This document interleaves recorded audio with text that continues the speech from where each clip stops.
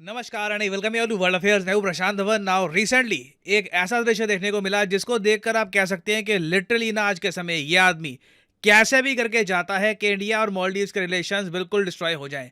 Recently Maldives के जो president हैं मुइज़ू, ये चाइना से जब वापस मालदीव्स में आए तब एयरपोर्ट पे इन्होंने ये कह दिया कि मालदीव्स चाहे छोटा देश हो मगर हमें कोई बुली नहीं कर सकता। बुली करना होता है कि किसी को धक्का मार के बिल्कुल उसको दबा देना, उसको आप अपनी पावर से उसको आप डरा धमका रहे हो। तो बुली ये कह रहे हैं कि हम नहीं होंगे, और ऑब्वियसली ऑब्वियसली इनका यहाँ पे इशारा इंडिया की तरफ था। आप देखोगे बहुत सारे इंडियन मीडिया आउटलेट्स इसको रिपोर्ट कर रहे हैं कि मालदीव्स के प्रेसिडेंट ने एक वेल्ड जैब ली है एट बुली इंडिया एमेड्रो। ये मैं कहूँगा बहुत ज़्यादा एक प्रोवोकेटिव स्टेटमेंट है। ये चाहते हैं कि इंडिया की तरफ से रिएक्शन आए, दोनों कंट्रीज के बीच में रिलेशंस खराब हो। और जो क्लिप है ना इनकी 8 सेकंड की, ये मैं चाहता हूँ ये आप देखें। We may be small, but that doesn't give you the license to bully us. और बड़ा शुक्रिया। Bro did not even hesitate. But यहाँ पे देखिए सबसे ज़्यादा चिंता की बात यह है, एक बार को आप आर्ग्यूमेंट दे सकते हैं कि क्या हो गया अगर इसने ये कह दिया कि कोई हमें बुली नहीं कर सकता, हम छोटे हैं तो, और ऑब्वियसली इंडिया की तरफ ये इशारा करके ये स्टेटमेंट दी गई है। उसके अलावा तो कुछ नहीं किया ना। देखिए इन्होंने संकेत दे दिए हैं कि प्रॉब्ली ये इंडिया से जो मेडिसिन का इम्पोर्ट है ये भी रोक सकते हैं। यहाँ पे आप देख पाएंगे जब ये अपना स्पीच दे रहे थे तब इन्होंने एक लाइन बोली थी कि वी मतलब मालदीव्स होपफुली ये चेंज करेंगे अपना तरीका ड्रग्स इंपोर्ट करने का। देखिए मोहम्मद मुइज़ू ना इकोनॉमिकली भी मैं देख रहा हूँ इंडिया और मालदीव्स के रिलेशंस को बिल्कुल तोड़ना चाहते हैं। मालदीव्स बहुत ज़्यादा डिपेंडेंट है इंडियन फार्मास्यूटिकल प्रोडक्ट्स पर। इसके बारे में आपको पता होगा कि इंडिया के जो फार्मा प्रोडक्ट्स हैं ये ना सिर्फ मालदीव्स में, यूरोप में, यूएस में हर जगह एक्सपोर्ट किए जाते हैं। अभी रिसेंटली देखिए भारत से जो एक्सपोर्ट की जाती है कॉफ सिरप, खांसी की दवाई, ये काफ़ी कंट्रोवर्सी में आ गई थी क्योंकि कई कंट्रीज़ में बच्चे हैं उनकी मौत हो गई थी। तो आरोप लगाया गया कई तरफ से, इवन डब्ल्यूएचओ ने भी ये कह दिया था कि जो ये कॉफ सिरप मेडिसिन है उसकी वजह से हो सकता है कि ये सब हुआ हो। तो अब मुइज़ू ऑल टुगेदर उस एक इशू को यूज़ करके चाहते हैं कि इंडिया से जो भी फार्मास्यूटिकल एक्सपोर्ट जा रहे हैं मालदीव्स में ना, या तो इसको ये ऑल टुगेदर डिले कर दे या फिर इसको चेंज कर दे। बेसिकली जो ड्रग्स आ रहे हैं मालदीव्स में, मेडिसिन की मैं यहाँ पे बात कर रहा हूँ, ये प्रेडोमिनेटली चाइना से या फिर किसी और कंट्री से आए। तो ये देखिए बिल्कुल मैं कहूँगा एक मेजर इकोनॉमिक चेंज होगा बिटवीन इंडिया एंड मालदीव्स।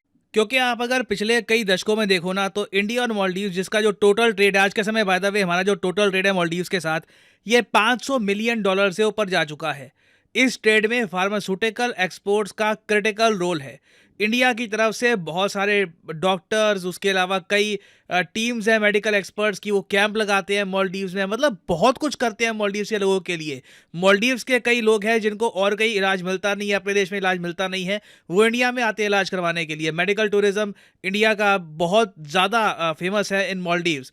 तो अब हेल्थ के सेक्टर में अगर दोनों कंट्रीज डीकपल करते हैं, क्योंकि देखिए मुइज़ू की जो रणनीति है ये साफ साफ लग रही है कि ये मालदीव्स को चाहते हैं कि चाइना के कैंप में परमानेंटली फिट कर दें, और इंडिया के साथ डिप्लोमेसी ये जरा करना नहीं चाहते। इंडिया के बारे में आप देखोगे ये क्लियर स्टेटमेंट्स देते हैं कि अपने सोल्जर्स हटा लो, दवाइयाँ हम किसी और से परचेज कर लेंगे, तुम हमको बुली नहीं कर सकते, हम छोटे हुए तो क्या हुआ।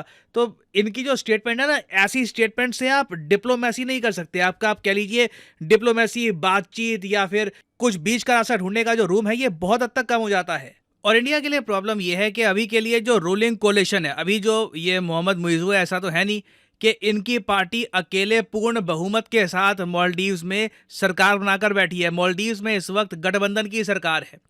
तो रिसेंटली यूरोपियन यूनियन की तरफ से एक रिपोर्ट सामने आई है, उन्होंने ये बताया कि मोहम्मद मुइज़ू ने ना रिसेंट चुनाव में एक इन्होंने टैक्टिक ढूंढ लिया कि इंडिया के अगेंस्ट बोलो, जो भी मालदीव्स में प्रॉब्लम हो रही है बोल दो इंडिया जिम्मेदार है।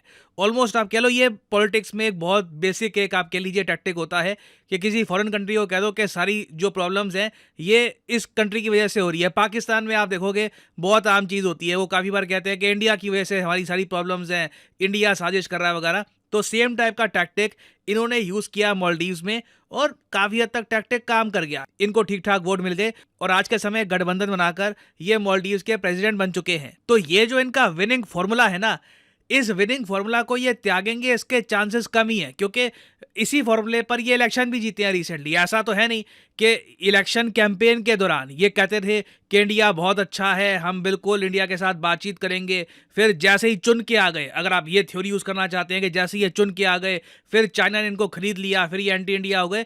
इन्होंने चुनाव ही एक एंटी इंडिया मुद्दे पर लड़ा है और इनके वोटर्स ने इनको वोट किया है। तो इंडिया के सामने देखिए जो प्रॉब्लम है बहुत कॉम्प्लेक्स है। ये जो केस है मैं कहूँगा इससे पहले 2 कंट्रीज़ और थे जिनके लीडर्स इंडिया के बारे में बहुत ज़्यादा ख़राब कहते रहे। एक तो नेपाल का, आपको याद होगा केपी ओली। वो केपी ओली हर दूसरे तीसरे महीने में इंडिया के बारे में एक नेगेटिव स्टेटमेंट देते थे। उसके अलावा आपको याद होगा महातिर मोहम्मद मलेशिया के प्राइम मिनिस्टर थे। तो ये दोनों जो केसेस थे ना, मेरे हिसाब से इतने ज़्यादा कॉम्प्लेक्स नहीं थे जितना कॉम्प्लेक्स ये वाला केस है मालदीव्स का। क्योंकि ये जो दोनों लीडर्स थे ना, ये इंडिया के नाम पर वोट नहीं मांगते थे कि मैं इंडिया के अगेंस्ट बोलूँगा, मैं इंडिया को पीछे हटाऊंगा तो मुझे आप वोट दो। मिर्जू का केस देखिए बहुत ज़्यादा चिंताजनक है और देखना होगा इवेंचुअली इंडिया क्या अप्रोच अपनाता है, किस तरीके से हम मालदीव्स के साथ डील करते हैं इन द नियर फ्यूचर। तो अभी देखिए इस टॉपिक से रिलेटेड डेवलपमेंट्स आएंगी। बाय द वे, इंडियंस ने मालदीव्स का टूरिज्म कितना बॉयकॉट किया है इसका अभी कोई क्लियर डेटा आया नहीं है, क्योंकि आपको पता होगा कई लोगों ने जो मालदीव्स की जो अपनी हॉलीडे बुक कर ली थी वो अगर अब जाके सडनली कैंसिल कराते हैं तो उनको पेनल्टी पे करनी पड़ेगी 50-60 हज़ार की। तो कई लोग इसलिए कैंसिल करवा नहीं रहे। थोड़ा सा रुक कर देखना होगा आराम से 4-5 महीने बाद कि क्या नंबर सामने आते हैं। कुछ उस टाइम जो डेटा सामने आएगा मैं आपके लिए उस टाइम एक अपडेटेड वीडियो ले आऊँगा। तो मालदीव्स काफ़ी न्यूज़ में रहेगा। I will make updated videos on this. और अनअकैडमी के देखिए ऑफर चल रहे हैं आज के समय। ये जो ऑफर्स हैं इनको आप यूज़ कर सकते हैं टू गेट डिस्काउंट। तो कमेंट सेक्शन में लिंक आपको मिल जाएंगे। आप यहाँ पर कोर्स ओपन करके you can use the code PD10 और आपको डिस्काउंट मिल जाएगा। और जो सेल्स टाइम टू टाइम आती रहती है इनका भी आप लाभ उठा पाएंगे।